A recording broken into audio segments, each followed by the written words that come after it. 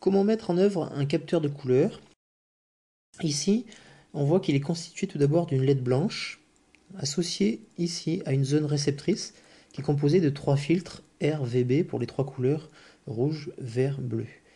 Ensuite, au niveau connectique, on voit qu'il est constitué d'une alimentation en 3,3 volts, qui n'est pas donc très pratique par rapport à ce qu'on a d'habitude, obligeant, nous c'est ce qu'on a fait, à utiliser un convertisseur de tension, par exemple à partir d'une pile 9 volts.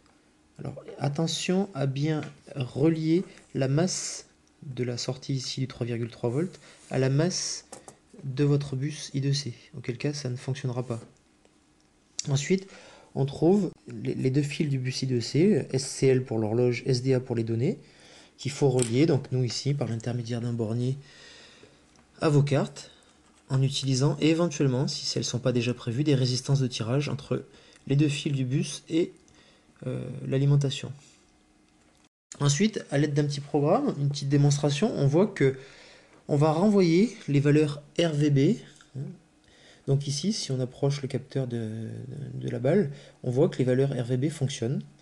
Par contre, on s'apercevra que sans calibration, ces couleurs ne sont pas très réalistes. Bon, là, la différence, c'est qu'il faut initialiser le capteur.